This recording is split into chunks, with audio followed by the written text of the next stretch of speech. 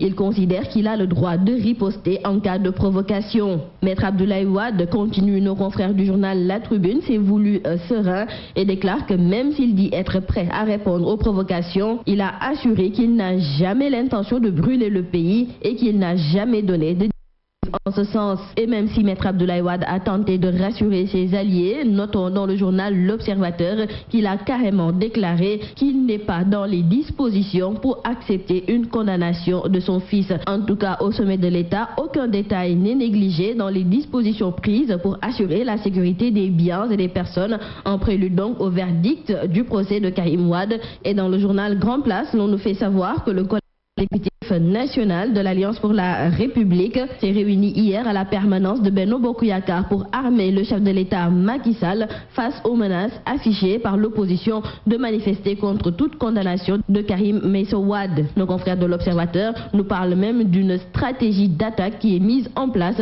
pour neutraliser tous les potentiels fauteurs de troubles. Pour l'instant, beaucoup d'arrestations ont été notées, surtout dans la banlieue, mais dans le journal Enquête, nos confrères nous indiquent que la jeunesse de la banlieue refuse d'être les agneaux du sacrifice du jeu politique. La banlieue ne veut plus cautionner cette violence car selon elle, le Sénégal ne se limite pas qu'au verdict du 23 mars. Les 3 militants du mouvement Y en a marre, Fadel Barro, Aliou Sané et Malal Talla, sont arrivés hier à Dakar. Et nos confrères du quotidien Le Soleil nous rapportent qu'ils ont été accueillis par leurs camarades et les Y en a marristes ont manifesté leur remerciement au peuple sénégalais, au consul du Sénégal au Congo entre autres, mais surtout au chef de l'État Macky Sall qui a pris toutes les dispositions qu'il fallait. Libération. Et nous terminons par le sport en foot. CHAN 2015, les Lionceaux dans la grande cour africaine. Nos confrères de Wasport nous indiquent que le Sénégal est entré dans l'histoire du football africain et sénégalais.